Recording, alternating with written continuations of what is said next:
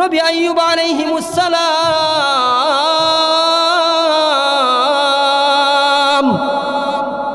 রহিমা তার স্ত্রীকে বলতেছে, রহিমা কষ্টজন করছো, আর একটু কষ্ট করে তুমি আমাকে নিয়ে জঙ্গলে চলে যাও, গ্রামে আর থাকতে হবে না, আমাদের ঠিকানা মনে হয় জঙ্গলে হবে। জঙ্গলে চলে গেলেন, সেখানে গাছের ডাল দিয়া পাতালাতা দিয়ে একটা ঝুপড়ি তৈরি করলেন, সেখানে বসবাস করেন। সাথে দিয়ে খাবার ছিল, ওই খাবার দিয়ে 3 দিন গেল। 3 দিন পর খাবার ব্যবস্থা নাই। হাতে যে বালা ছিল, গয়নাকাটি ছিল, ওই গয়নাকাটি ব্যবস্থা ওইগুলো বিক্রি করে আরও 3 দিন গেল। মোট 6 দিন পর আর কোনো খাবার ব্যবস্থা নাই। কি করবে? রহিমা এবার মানুষের বাড়ি বাড়ি গিয়ে কাজ করতেছে। খাবার তো ব্যবস্থা করা লাগবে, নিজের জন্য, স্বামীর জন্য। তিনি সকালবেলা যায়, বিকালবেলা সে কিছু টাকা পায় কাজ করে, ওই টাকা দিয়ে খাবার আর ঔষধ ব্যবস্থা করে। এভাবে দিন যাইতেছে। শয়তান বলতেছে, আইয়ুবকে তো হারাতে পারে না, আর একটু চেষ্টা করে দেখি। এখন রহিমা যে বাড়িতে যায়, ওই বাড়িতে গিয়েই শয়তান ষড়যন্ত্র করতেছে। গিয়ে খবর বলে দেয় তার স্বামী কুষ্ঠ রোগ, এটা ছোঁয়াছুঁয়ি রোগ। ওই মহিলার কাছে দিয়ে তোমরা খেদমত নেও, তাকে দিয়ে যদি তোমরা কাম করাও, তাহলে তোমাদের ওই রোগ হয়ে যাবে। এখন তো আর কেউ কাজে নেয় না, সারাদিন ঘুরতেছে বাড়ি বাড়ি, কোনো কাজ পায় না। চিন্তা করছেন, যেহেতু সময় কম আমি তাড়াতাড়ি বলতেছি। চিন্তা করা যায় একজন বাদশার স্ত্রী হয়ে মানুষের বাড়ি বাড়ি গিয়ে কাজ করতেছে। বিসমিল্লাহির রহমানির রহিম। واذكر عبدنا أيوب إذ نادى ربه أني مسني الشيطان بنصب وعذاب اركض برجلك هذا مغتسل بارد وشراب ووهبنا له أهله ومثلهم معهم رحمة منا وذكرى لأولي الألباب صدق الله مولانا العظيم। আমরা সকলে একটু আগায় বসি, একটু মেহেরবানি করে আমরা আগাইয়ে বসি। وقال تعالى في شان حبيبه ومحبوبه مخبرا وآمرا। সকলে محبته درود ইব্রাহিম পাঠ করি। اللهم صل على محمد وعلى آل محمد كما صليت على إبراهيم وعلى آل إبراهيم إنك حميد مجيد। اللهم بارك على محمد وعلى آل محمد كما باركت على إبراهيم وعلى آل إبراهيم إنك حميد مجيد۔ محمد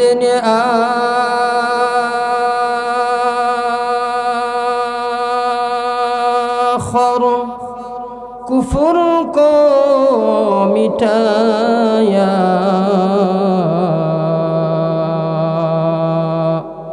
कुफर को मिटा कर सदाकत बताया। बलगल उला बिका मालिही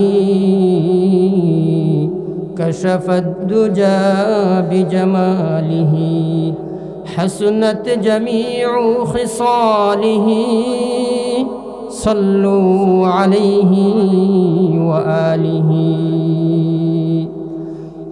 तकबीर में कलिमा में नमाजू में अदा में, तकबीर में कलिमा में नमाजू में अदा में ऐ नाम इलाही से मिला नाम मुहम्मद, है नाम इलाही से मिला नाम मुहम्मद। मुहतरम हाज़रीन, সময় স্বল্প, রাত অনেক, প্রায় 11টা পার হয়ে গেছে। সংক্ষিপ্ত তাফসির আপনাদের সামনে আলোচনা করা মনস্থ করেছিলাম। কুরআনুল কারীম থেকে সূরা ইয়াসিনের পরে একটা সূরা, তারপর আরেকটা সূরা সূরাতুস সাদ। এই সাদের 41 নম্বর আয়াত থেকে 44 নম্বর আয়াত পর্যন্ত আপনাদের সামনে তেলাওয়াত করেছি। মনস্থ করেছিলাম এই আয়াতের সংক্ষিপ্ত তাফসির আপনাদেরকে শোনাবো। যদি সময় খোলায় তাহলে আপনাদেরকে শোনাইতে পারবো, আর না হয় রাত গভীর হওয়ার কারণে হয়তোবা শোনানো নাও যাইতে পারে। তবে আমরা যতটুকু সময় আলোচনা শুনবো, তাফসির আলোচনা শুরু থেকে শেষ পর্যন্ত যদি মনোযোগ দিয়ে শুনেন তাহলে এখান থেকে অনেক সবক আমাদের জন্য আল্লাহ তাআলা রেখেছেন। তো মুহতারাম হাজরিন, আল্লাহ তাআলা বলতেছেন, ওয়াযকুর আবদানা আইয়ুব إذ نادى ربه أني مسني الشيطان بنصب وعذاب। পয়গম্বর আইয়ুব আলাইহিমুস সালাম আল্লাহ তাআলাকে ডেকে ডেকে বলতেছেন, ওগো রব্বে কারীম, শয়তান আমাকে বড়ই কষ্টের মধ্যে ফেলে দিছে। তিনি কে ছিলেন? সিরিয়া এবং লেবানন, ওই দুইটা রাজ্য তৎকালীন জামানায় শাম বলা হতো। ওই শামের বাদশাও ছিলেন, নবীও ছিলেন, যার ধন সম্পদের কোনো অভাব ছিল না। হাজার হাজার গোলাম যার অধীনে চাকরি করত। ভেড়া, দুম্বা, গুড়া, ছাগলের পাল ছিল। পয়গম্বর আইয়ুব আলাইহিমুস সালামকে নিয়ে আল্লাহ তাআলা একদিন ফেরেশতাদের সাথে আলোচনা করতেছেন। বলেন সুবহানাল্লাহ। ফেরেশতাদের সাথে আলোচনা করতেছেন। শয়তান তৎকালীন সময়ে উপরে উঠতে পারত, যে আল্লাহ তাআলা ফেরেশতাদের সাথে কি কথা বলে এটা শুনতে পারত। বর্তমান সময়ে এই ক্ষমতা আল্লাহ তাআলা দেন নাই। এই ক্ষমতা তার কাছ থেকে আল্লাহ তাআলা উঠায় নিয়ে গেছেন। শয়তান আল্লাহ তাআলা অনেক উপরে উঠে আল্লাহ তাআলা কি বলে ওইগুলো শুনতো। তখন বর্তমান তৎকালীন জামানায় আগে যারা কুফরি কালাম করত তাদের কাছে কানে কানে আইসে শয়তান বলতো, তখন ওইভাবে কুফরি কালাম করত। আলোচনা ওই দিকে আমি যাব না, বোঝানোর জন্য বললাম। বর্তমান সময়ে এখন আর উপরে উঠতে পারে না। আল্লাহ তাআলা যখন ফেরেশতাদের সাথে কথা বলতেছে, শয়তান শোনার পর আল্লাহ তাআলাকে বলতেছে, ওগো রব্বে কারীম, তুমি তোমার বান্দা আইয়ুবকে এত ধন সম্পদ দিছো, এত কিছু দিছো, রাজত্ব দিছো, বিদায় তোমার বান্দা তোমাকে ভুলতে পারে না। তোমার বান্দা আইয়ুব তোমাকে ভুলে না। আল্লাহ বলে, না না, এটা হতেই পারে না যে আমার বান্দা আমাকে ভুলে যাবে। আমার আইয়ুব আমাকে কখনো ভুলতে পারে না। আল্লাহ বলে, তাহলে তুমি আমাকে একটু ক্ষমতা দাও, আমি তাকে পরীক্ষা করে দেখি। আপনাদের কাছে প্রশ্ন, হালাল দনে ধনী হওয়া এটা কিন্তু সমস্যা না, কিন্তু দন পাইয়া ধনী হইয়া আল্লাহকে ভুলে যাওয়া এটা হলো বড় সমস্যা। কথা বলেন ঠিক কিনা? আল্লাহ তাআলা বলেন, ওয়াযকুর আবদানা আইয়ুব ইয নাদা রাব্বাহু আন্নী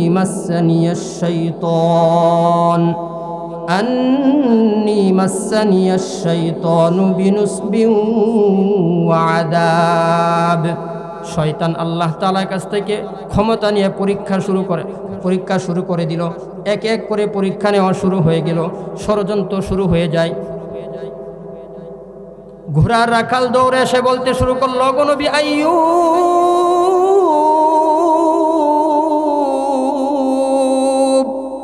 সর্বনাশ হয়ে গেছে, সর্বনাশ হয়ে গেছে। কি সর্বনাশ হয়ে গেছে? নবী আইয়ুব বলে, কি হয়েছে তোমার? রাখাল বলতেছে, হুজুর, আপনার যে ঘোড়ার পাল ছিল ওই ঘোড়ার পালের মধ্যে হঠাৎ করে তারা মাঠের মধ্যে বিচরণ করতেছিল, হঠাৎ করে গরম বাতাস এসে তাদের গায়ে লাগার সাথে সাথে সবগুলো ধ্বংস হয়ে যায়। আপনাকে বলতে আমার খুব ভয় লাগতেছে। নবী আইয়ুব আলাইহিমুস সালাম রাখাল রে বলতেছে, রাখাল রে, এগুলোর মালিক তো আমি নয়, এগুলোর মালিক হলেন আমার আল্লাহ। তিনি আমাকে দিয়েছিলেন, তিনি নিয়ে গেছেন, আমি আল্লাহ তাআলার উপর রাজি আছি। বর্তমান সময়ে যদি আপনার কাছে আপনার কর্মচারী, আপনি দোকানের মালিক, আপনার কাছে যদি খবরটা এসে বলে আপনার কর্মচারী যদি এসে বলে, মহাজন সাহেব 18 বাড়িতে আপনার যে দোকান ছিল, মনে করেন ওই দোকানের মধ্যে আপনার 50 লক্ষ টাকার মাল আছে, ওইটা আগুন লেগে পুড়ে গেছে। আপনার কাছে যখন ওই খবরটা দিবে, তখন আপনি তার সাথে আচরণটা কেমন করবেন? তার সাথে রাগে ফায়ার হয়ে যাবেন। কিন্তু নবী আইয়ুব আলাইহিমুস সালামের কাছে যখন দ্বিতীয় রাখাল এসে বলতেছে, ওগো নবী আইয়ুব, সর্বনাশ হয়ে গেছে, সর্বনাশ হয়ে গেছে। কি সর্বনাশ হয়ে গেছে? হুজুর, আপনাকে বলতে খুব ভয় লাগতেছে। আগের রাখালের মতোই মাঠের মধ্যে তারা বিচরণ করতেছিল, হঠাৎ করে গরম, হঠাৎ করে আগুন আসলো। আগুন এসে তাদের গায়ে লাগার সাথে সাথে সবগুলো ভেড়া ধ্বংস হয়ে গেছে, মানে মারা গেল। নবী আইয়ুব তখনও তার সাথে সুন্দর আচরণ করলেন আর শুকরিয়া আদায় করলেন। তৃতীয় রাখালে এসে বলতেছে, ওগো নবী আইয়ুব, সর্বনাশ হয়ে গেছে, সর্বনাশ হয়ে গেছে। কি সর্বনাশ হয়ে গেছে? আপনার যে দুম্বা আর ছাগল ছিল, ওইগুলোর মধ্যে প্লেগ রোগ দেখা দিল, এক ধরনের মহামারী। এমন মহামারী দেখা দিল যে মুহূর্তের মধ্যে এক এক করে সবগুলো মরে ধ্বংস হয়ে যায়। নবী আইয়ুব বলে, আলহামদুলিল্লাহ, রাখাল রে, এগুলোর মালিক তো আমি নয়, এগুলোর মালিক হলেন আমার আল্লাহ। তিনি আমাকে দিয়েছিলেন, তিনি নিয়ে গেছেন, আমি আল্লাহ তাআলার উপর সন্তুষ্ট আছি। তার উপর আযাব আসে, তারপর আযাব আসে ফল আর ফসলের উপর। লোকজন চারদিক থেকে দৌড়ে এসে বলতেছে, ওগো নবী আইয়ুব, সর্বনাশ হয়ে গেছে, সর্বনাশ হয়ে গেছে। কি হয়েছে? আপনার যে মাঠ ভরা ফসল, বাগান ভর্তি ফল ছিল, সবগুলো ধ্বংস হয়ে গেছে। পোকামাকড় খেয়ে সবগুলো খেয়ে ফেলছে। নবী আইয়ুব আল্লাহর শুকরিয়া আদায় করে বলেন, আলহামদুলিল্লাহ, রাখাল রে, এগুলোর মালিক তো আমি নয়, এগুলোর মালিক হলেন আমার আল্লাহ। তিনি দিয়েছিলেন, তিনি নিয়ে গেছেন, আমি আল্লাহর উপর সন্তুষ্ট আছি। এখন আযাব আসতেছে তার পরিবারের উপর। নবী আইয়ুব আলাইহিমুস সালামের 7টা ছেলে সন্তান ছিল, 7টা মেয়ে সন্তান ছিল। লোকজন এসে বলতেছে, ওগো নবী আইয়ুব, আপনার যে 7টা ছেলে সন্তান ছিল, 7টা মেয়ে সন্তান ছিল, ওইগুলো সন্তানগুলো সবগুলো একটা ঘরের ভিতরে পড়ালেখা করতেছিল। হুজুর তাদেরকে ধর্মীয় জ্ঞান শিক্ষা দিতেছিল। কে জানি ওই ঘরের ছাদ ভেঙে ফেলে দিছে, আপনার সবগুলো সন্তান মারা যায়। নবী আইয়ুব বলে, রাদিয়াতাম মারদিয়া, আল্লাহ রব্বে কারীম,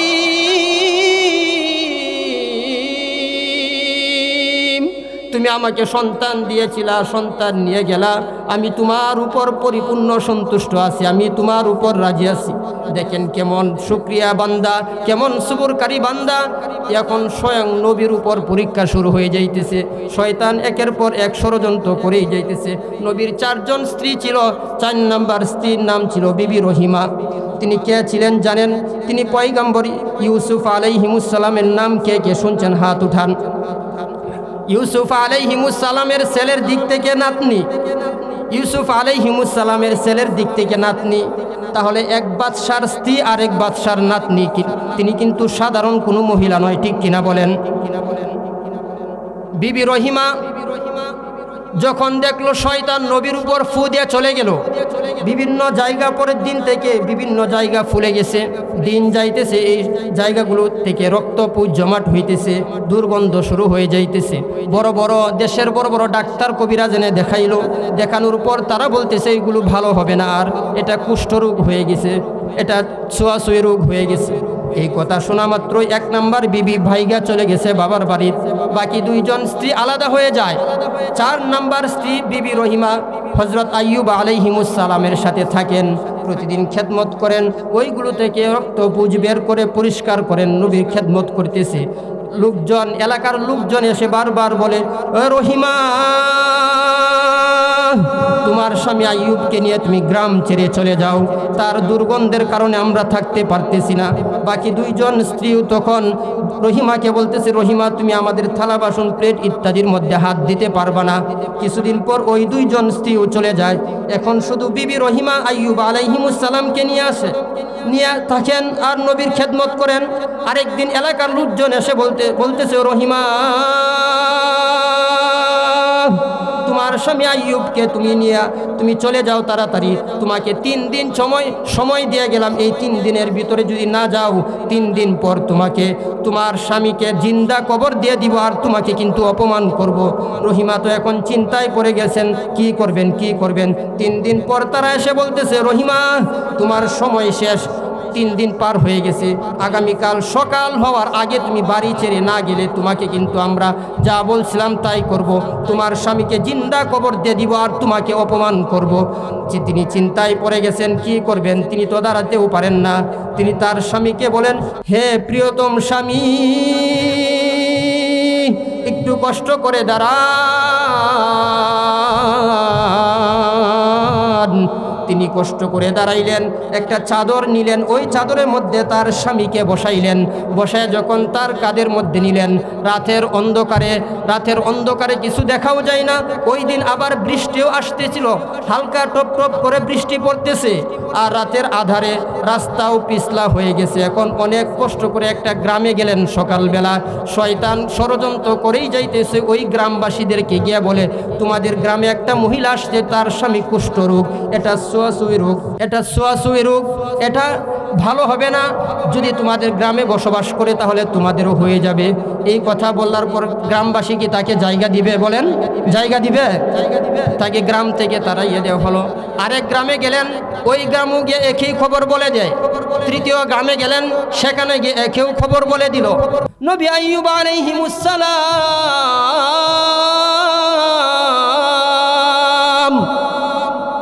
রহিমা তার স্ত্রীকে বলতেছে, রহিমা কষ্টজন করছো, আর একটু কষ্ট করে তুমি আমাকে নিয়ে জঙ্গলে চলে যাও, গ্রামে আর থাকতে হবে না, আমাদের ঠিকানা মনে হয় জঙ্গলে হবে।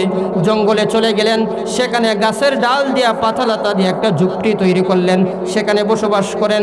সাথে যে খাবার ছিল, ওই খাবার দিয়ে 3 দিন গেল। 3 দিন পর খাবার ব্যবস্থা নাই। হাতে যে বালা ছিল, গয়নাকাটি ছিল, ওই গয়নাকাটি ব্যবস্থা ওইগুলো বিক্রি করে আরও 3 দিন গেল। মোট 6 দিন পর আর কোনো খাবার ব্যবস্থা নাই। কি করবে? রহিমা এবার মানুষের বাড়ি গিয়ে কাজ করতেছে, খাবার তো ব্যবস্থা করা লাগবে নিজের জন্য, স্বামীর জন্য। তিনি সকালবেলা যায়, বিকালবেলা আসে, কিছু টাকা পায় কাজ করে, ওই টাকা দিয়ে খাবার আর ঔষধ ব্যবস্থা করে। এভাবে দিন যাইতেছে। শয়তান বলতেছে, আইয়ুবকে তো হারাতে পারে না, আর একটু চেষ্টা করে দেখি।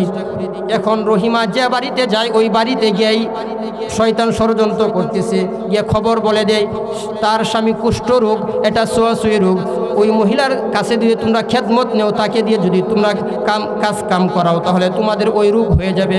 এখন তো আর কেউ কাজে নেয় না, সারাদিন ঘুরতেছে বাড়ি, কোনো কাজ পায় না। চিন্তা করছেন, যেহেতু সময় কম আমি তাড়াতাড়ি বলতেছি, চিন্তা করা যায় একজন বাদশার স্ত্রী হয়ে মানুষের বাড়ি গিয়ে কাজ করতেছে। তখন এক লোক বলতেছে, রহিমা তুমি কি লাকড়ি ছিঁড়তে পারবা?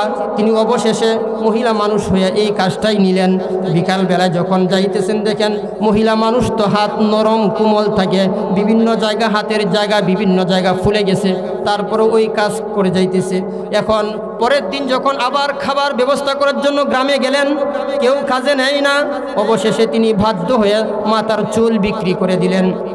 মাথার চুল অর্ধেক বিক্রি করে যখন খাবার ব্যবস্থা করে নিলেন, রহিমা যখন খাবার ব্যবস্থা করে যায় স্বামীর কাছে, যখন পরের দিন আবার আসলেন খাবার ব্যবস্থা করার জন্য, কেউ কাজে নেয় না, খাবারও ব্যবস্থা করতে পারতেছে না। এখন কি করবেন? নবী আইয়ুব আলাইহিস সালামের জন্য খাবার নিতেই হবে।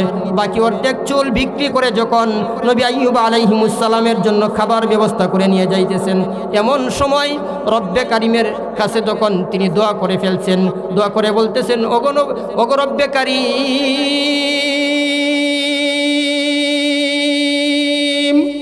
রহিমা আমার জন্য অনেক কষ্ট করতেছে, এই দোয়া করতেছে মনে মনে। এর আগেই শয়তান এসে নবী আইয়ুব আলাইহিস সালামের কানে এসে বলতেছে, ওগো নবী আইয়ুব, আপনাকে আমরা নবী হিসাবে মানি, আপনি একজন পয়গাম্বর, আপনি অনেক ভালো মানুষ, কিন্তু আপনার স্ত্রী কি করে জানেন? আমার স্ত্রী আবার কি করে? আপনার স্ত্রী চুরি করে। এটার প্রমাণ আপনার স্ত্রী চুরি করতে গিয়ে ধরা খাইছিল, তারপরে তার মাথার চুল কেটে ফেলছে। আপনি আসলে দেখবেন তার সব মাথার চুল কাটা। এই কথা বলে শয়তান ষড়যন্ত্র করে চলে গেল। যখন রহিমা খাবার নিয়ে আসলেন, নবী আইয়ুব আলাইহিমুস সালাম রাগে কথা বলেন না, তিনি চুপ হয়ে আছেন আর বলতেছেন এই খাবার হালাল না হারাম। তিনি তো আশ্চর্যান্বিত হয়ে গেলেন, হায়রে হঠাৎ করে আমার স্বামী এরকম কথা বলতেছে। তখন নবী আইয়ুব আলাইহিমুস সালাম বলতেছে, রহিমা মাথার কাপড়টা তুমি একটু সরাও। তিনি যখন মাথার কাপড়টা সরাইলেন, সরানোর পর দেখে সব মাথার চুল কাটা। সাথে সাথেই তিনি রাগে কসম করে ফেলছেন, আল্লাহর কসম করে বলতেছি তো আমি যদি সুস্থ হই তোমাকে 100 বেত্রাঘাত করব। সাথে সাথেই আল্লাহ রব্বুল আলামিন হযরত জিবরাইল আলাইহিমুস সালামকে পাঠিয়ে দেয়। বলেন সুবহানাল্লাহ। জিবরাইল এসে বলতেছে, ও নবী আইয়ুব, আপনার স্ত্রী চোর নয়, আপনার স্ত্রী এরকম মানুষ না, নবী পরিবারের মানুষ, তিনি চুরি করতে পারে না। সব ঘটনা খুলে বললেন। শয়তান আপনাকে কষ্টের মধ্যে ফেলে দিছে, ও তো শয়তান আপনাকে পরীক্ষা করার জন্য আসছিল। এই কথা বলে যখন বিবি রহিমার কাছে যখন বিবি রহিমা আসলো, বিবি রহিমা এসে তখন নবী আইয়ুব আলাইহিমুস সালামের কাছে ক্ষমা চাইলেন। পরের দিন আবার গেলেন খাবার আনতে, কোনো খাবার পায় না পেয়ে তখন তিনি চিন্তা করতেছেন, এখন যদি আমাকে কেউ বলতো শরীরের গোশত বিক্রি করে দিতাম। তিনি তখন নিয়ত করার সাথে সাথে শয়তান একটা মহিলাকে পাঠিয়ে দিলেন। মহিলা এসে বলতেছে, মহিলা তুমি কি শরীরে গোশত বিক্রি করবা? তিনি তো আশ্চর্য হয়ে গেলেন, আমি নিয়ত করা মাত্রই চলে আসলো মহিলা। অবশেষে তিনি বাধ্য হয়ে তিনি বেচলেন। ধারালো একটা অস্ত্র দিয়ে, চাকু দিয়ে মনে করেন শরীর থেকে এক টুকরা গোশত কেটে নিল। স্বামীর জন্য কতটাই পাগল পারা ছিল। কেটে নিয়ে ওই পদস্থানের মধ্যে গাছের কষ লাগিয়ে দিলেন, সাথে সাথে রক্তক্ষরণ বন্ধ হয়ে যায়। আর ওই কিছু টাকা দিল, ওই টাকা দিয়ে তখন স্বামীর জন্য নবী আইয়ুব আলাইহিমুস সালামের জন্য খাবার ব্যবস্থা করে নিয়ে যাইতেছেন। এমন সময় রব্বে কাইমের কাছে হযরত আইয়ুব আলাইহিমুস সালাম দোয়া করে ফেলছেন। বলেন সুবহানাল্লাহ। আল্লাহ তাআলা বলেন, ওয়াযকুর আবদানা আইয়ুব ইয নাদা রাব্বাহু আন্নী মাসসানিয়াশ শাইতানু বিনুসবিন ওয়া আযাব। দীর্ঘ 18 বছর পর পয়গম্বর আইয়ুব আলাইহিমুস সালাম আল্লাহ তাআলার কাছে দোয়া করতেছে। অথচ বিবি রহিমা প্রায় সময় বলতেন, হে প্রিয়তম স্বামী, আপনি তো শুধু আমার স্বামী নয়, আপনি একজন ভালো মানুষ, আপনি একজন আল্লাহর পয়গম্বর, আপনি কেন আল্লাহ তাআলার কাছে দোয়া করেন না? আল্লাহ আপনার এই হালত করছে, পুরা শরীরের মাংস কিরা উঠে খেয়ে শুধুমাত্র জিহ্বাটা আর কলিজাটা বাকি ছিল, আর পুরা দেহ আল্লাহ তাআলা কিরা উঠাইয়া কিরার মাধ্যমে রক্ত মাংস খেয়ে শেষ করে ফেলছে। তারপরেও তিনি বলতেন, রহিমা, আল্লাহ আমাকে 70 বছর পর্যন্ত সুস্থতা রেখেছেন, এখন এই জঙ্গলের মধ্যে আরও 70 বছর যদি আমাকে অসুস্থতার মধ্যে রাখে, তারপরেও আমি আইয়ুব আল্লাহর উপর অসন্তুষ্ট হব না। জুড়ে বলেন আল্লাহু আকবার। কেমন ইমান দেখছেন! আল্লাহ তাআলার কাছে দোয়া করতেছে দীর্ঘ 70 বছর পর, যখন তার এই জিহ্বাটা কিরা খেয়ে ফেলতেছিল, এমন সময় আল্লাহ তাআলাকে বলতেছে, রব্বে কারীম, এতদিন তোমার কাছে আমি দোয়া করি নাই, তুমি তো প্রায় সময় আমাকে বলতা, গাইবি আওয়াজ আসমান থেকে আসতো আর বলতো, আইয়ুব তুমি জঙ্গলের মধ্যে কেমন আছো? নবী আইয়ুব তখন আল্লাহর গাইবি আওয়াজে উত্তর দিত, আল্লাহ আমার জিহ্বাটা এখনো সুস্থ আছে, আমি অনেক ভালো আছি। যখন ওই জিহ্বার মধ্যে কিরা পোকা ঢুকতে চাইছিল, কামড় দিতে চাইছিল, তা জিহ্বাটাকে নষ্ট করতে চাইছিল, খাইতে চাইছিল, এমন সময় তিনি আল্লাহর কাছে দোয়া করতেছে, আল্লাহ, যে জিহ্বা দিয়া জবান দিয়া তোমাকে ডাকি, তোমার ডাকার পরে আমি অন্তরের মধ্যে স্বাদ পাই, মজা পাই, ওই জিহ্বাটা যদি তুমি পুরা পোকা দ্বারা খেয়ে নষ্ট করে ফেলো, তাহলে আমি কিভাবে আল্লাহ তোমাকে ডাকবো, তোমার নাম কিভাবে আমি নিব? আর মনে হয় রহিমাও আমার জন্য খাবার ব্যবস্থা করে আনতে পারবে না। আল্লাহ তাআলার কাছে দীর্ঘ 18 বছর পর হযরত আইয়ুব আলাইহিমুস সালাম এই দোয়া করতেছে। তার শরীরে গুস্ত বলতেই ছিল না, জিহ্বাটা আর কলিজাটা ব্যতীত। আল্লাহ তাআলাকে বলতেছে, আল্লাহ রহিমা আমার জন্য জীবনটা শেষ করে দিল। আল্লাহ, আমার মনে হয় রহিমা খাবার ব্যবস্থা করে আনতে পারবে না, আমি তোমার কাছে সাহায্য চাই। আল্লাহ তাআলার সাথে সাথেই কোরআনের আয়াত নাজিল করে দিলেন, বলেন সুবহানাল্লাহ। আল্লাহ বলেন রাদিয়াতাম মারদিয়া, আমি আল্লাহ আমার বান্দা আইয়ুবের উপর রাজি হয়ে গেলাম। সাথে সাথেই কোরআনের আয়াত নাজিল হয়ে যায়, বলেন আল্লাহু আকবার। কাদিরে কুদরত দারি হর চে কাহি আকুনি, জিন্দারা মুর্দা কুনি, মুর্দারা জিন্দা কুনি। আর মাত্র 5 মিনিট হুজুর চলে আসছে। আল্লাহ তাআলা বলেন وخذ بيدك ضغثا فاضرب به ولا تحنث إنا وجدناه صابرا نعم العبد إنه أواب। আল্লাহ তাআলা বলেন আগের আয়াতের মধ্যে উরকুদ বিরিজলিক হাদা মুগতাসালুম বারিদুন ওয়া শারাব। আল্লাহ তাআলা জিবরাইল ফেরেশতার মাধ্যমে কথা বলাইতেছেন। জিবরাইল ফেরেশতা বলতেছে, ওগো নবী আইয়ুব, আপনি কষ্ট করে পায়ের মুড়াটা উঠান। তিনি জিবরাইল ফেরেশতাকে উত্তর দিতেছে, আল্লাহ পাঠাইছেন জিবরাইল ফেরেশতাকে প্রতিনিধি হইয়া। জিবরাইল ফেরেশতা বলতেছে, আল্লাহর আদেশ, আপনার মুড়াটা একটু উঁচু করতেই হবে। তিনি যখন মুড়াটা উঁচু করলেন, উঁচু করে জমিনে ছেড়ে দিলেন, সাথে সাথেই পায়ের নিচ থেকে ঠান্ডা পানির ঝর্ণা প্রবাহিত হয়ে গেল। জোরে বলেন সুবহানাল্লাহ। আল্লাহ আদেশ করলেন, হাদা মুগতাসালুম বারিদুন ওয়া শারাব। আইয়ুব, আপনি ওই পানি দিয়ে আপনি পান করেন এবং গোসল করেন। তিনি পান করলেন এবং গোসল করলেন, সাথে সাথেই তিনি পরিপূর্ণ সুস্থ হয়ে গেলেন। জোরে বলেন আল্লাহু আকবার। এমন সময় বিবি রহিমা খাবার নিয়ে আসছেন, তার স্বামীকে পায় না। তিনি এতটাই বুক ভরা কষ্ট নিয়ে, তার কষ্টে বুকটা ফেটে যাচ্ছে, আর আল্লাহকে ডাক দিলেন, আল্লাহ, যার জন্য আমার জীবনটাকে বিলীন করে দিলাম, জীবনটাকে শেষ করে দিলাম, আজকে এই আমার প্রিয়তম স্বামীকে, প্রিয় স্বামীকে জঙ্গলার হিংস্র প্রাণীরা খেয়ে ফেলছি নাকি? আল্লাহ, আমার স্বামী কোথায় গেল? এমন সময় লক্ষ্য করে দেখে যে ওই ঘরের পাশে একটা সুস্থ লোক দাঁড়িয়ে আছে, কিন্তু লোকটাকে চেনা চেনা লাগতেছে, কণ্ঠটাও মনে হয় পরিচিত। তার কাছে যখন নবী আইয়ুব আলাইহিমুস সালামকে যখন জিজ্ঞাসা করলো, এখানে একটা অসুস্থ লোক ছিল, আপনি কি তাকে দেখছেন? নবী আইয়ুব বলে, আমি উনি। তখন তাফসিরের কিতাবের মধ্যে আসছে, নবী আইয়ুব এই কথা বলার পর বিবি রহিমা উত্তর দিছে তার স্বামী আইয়ুবকে, আপনি কি আমার সাথে রসিকতা করছেন, ঠাট্টা করছেন, মজা করছেন? নবী আইয়ুব বলে, না রহিমা, আসো, তুমি আমার বুকে আসো, আমি তোমার স্বামী আইয়ুব। তখন আর তিনি বুঝতে বাকি নাই, সাথে সাথে তার স্ত্রীকে বুকের সাথে জড়াইয়ে ধরলেন। অনেক লম্বা ঘটনা হুজুর চলে আসছে, 2 মিনিটের ভিতরে শেষ করে দিতেছি। বিবি রহিমাকে নিয়ে যখন বিবি রহিমা আল্লাহ তাআলার হুকুমে রহিমা ওই পানি দিয়ে পান করলেন, গোসল করলেন, অভ্যন্তরীণ শারীরিক সকল সুস্থতা হয়ে গেলেন, সব দিক থেকে পরিপূর্ণ সুস্থতা হয়ে গেলেন। তিনিও যুবতী হয়ে গেলেন। আল্লাহর হুকুমে বাড়ির দিকে রওনা করতেছেন। আল্লাহ বলেন, ওয়া ওয়াহাবনা লাহু আহলাহু, আগে যা কিছু ছিল সব কিছু আল্লাহ তাআলা ফিরিয়ে দিতেছেন।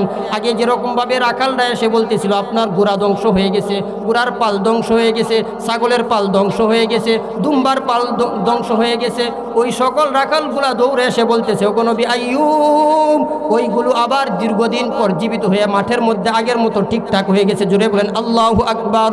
আল্লাহ বলেন, ওয়া ওয়াহাবনা লাহু আহলাহু ওয়া মিসলাহুম মাআহুম, আহলাহু ওয়া মিসলাহুম মাআহুম। আগে যা ছিল ক্ষমতা, টাকা পয়সা, সম্পদ, সব কিছু আল্লাহ তো দিলেন। আল্লাহ বলেন, আহলাহু ওয়া মিসলাহুম মাআহুম, আরো ডাবল দিলাম। সুবহানাল্লাহ বলেন। নবী আইয়ুব আলাইহিমুস সালামের 7টা ছেলে সন্তান ছিল, 7টা মেয়ে সন্তান ছিল, মোট 14টা। আল্লাহ তাআলা তখন তাফসির কারকরা লিখেন, তাফসির কারক বলেছেন, আল্লাহ তাআলা আদেশ করেছেন, আইয়ুব, তুমি তোমার যে ঘরের ভিতরে তোমার ছেলেগুলো মারা গিয়েছিল, ওই ঘরের সামনে গিয়ে তাদের নাম ধরে ধরে ডাক দেও। তাফসিরের কিতাবের মধ্যে আসছে, তিনি নাম ধরে ধরে ডাক দিলেন, জীবিত হয়ে আল্লাহ তাআলা প্রত্যেকটা সন্তানকে আবার ফিরিয়ে দিলেন। বলেন সুবহানাল্লাহ। আল্লাহ তাআলা বলেন, আহলাহু ওয়া মিসলাহুম মাআহুম, তাদের মতো আরো 14টা সন্তান আল্লাহ তাআলা দান করলেন। বলেন সুবহানাল্লাহ। তিনি যে কসম করছিলেন, আমি সুস্থ হইলে কয়শটা বেত্রাঘাত করব? 100টা। এই কথা বলে আমি শেষ করে দিয়েছি। আল্লাহ এখন তো তিনি চিন্তায় পড়ে গেছেন, যে বিবি রহিমা যে আমার জন্য এত জীবনটাকে বিলীন করে দিল, এখন 100টা বেত আঘাত করলে আমি যে শক্তির অধিকারী হয়েছি, এই মহিলা মানুষ বিবি রহিমা দুনিয়াতে আর থাকবে না, মারাই যাবে। কথা বলেন ঠিক কিনা? চাবুকের বেত যদি 100টা আঘাত করে অনেক জোরে জোরে আঘাত করে তাহলে বাঁচবে, রক্তকরণ হয়ে মারাও যাইতে পারে। শেষ করে দিতেছি। তখন তিনি চিন্তা করতেছেন কি করবেন। আল্লাহ তাআলা তখনও কোরআনে আয়াত নাজিল করে জানাই দিয়েছেন, বলেন সুবহানাল্লাহ। আল্লাহ বলতেছেন ওয়াখুয বিয়াদিকা দিগসান ফাদরিব বিহি ওয়ালা তাহনাস। হে নবী আইয়ুব, আপনি হাত দ্বারা ধরেন, ওয়াখুয বিয়াদিকা দিগসা, আপনি 100 শুকনা গমের আঠি লন, শুকনা গমের গাছ লন, ওইগুলোকে আপনি ধরে একসাথে বাঁধেন। বাদে আল্লাহ তাআলা বলতেছেন ওয়াখুয বিয়াদিকা দিগসান ফাদরিব বিহি, আপনার স্ত্রীর উপর হালকা করে একটা আঘাত করেন। আল্লাহ তাআলা যেভাবে শিখাইতেছেন ফাদরিব বিহি, তাকে একটা হালকা আঘাত করেন। ওয়ালা তাহনাস, তিনি আঘাত করলেন। আল্লাহ বলেন ওয়ালা তাহনাস, কসম ভঙ্গ করা যাবে না। কারণ কসম করলে যে কোনো একটা বিষয় যদি আপনি যেমন মান্যত করলেন, নফল রোজা মান্যত করলেন, নফল 2 রাকাত নামাজ মান্যত করলেন, মান্যত করলে তখন এটা নিজের উপর ওয়াজিব হয়ে যায়, এটা না করলে তখন গুনাহ হয়। কথা বলেন ঠিক কিনা? তিনি তো মান্যত করছিলেন সুস্থ হইলে 100 বেত্রাঘাত করব, এখন তো 100 বেত্রাঘাত করবে, যদি না করে তাহলে তো ওয়াজিব তরকের গুনাহগার হবে। কারণ নবীরা তো গুনাহগার, তারা ছোট্ট থেকে ছোট্ট গুনাহগার হতে তারা চায় না।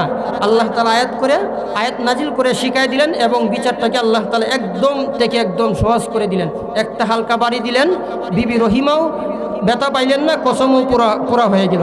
আল্লাহ বলেন ইন্না ওয়াজাদনাহু সাবিরা, আমি আমার বান্দা আইয়ুবকে সবরকারী বান্দা হিসেবে পেয়েছি। নি'মাল আবদু, তিনি ছিলেন আমার উত্তম বান্দা। ইন্নাহু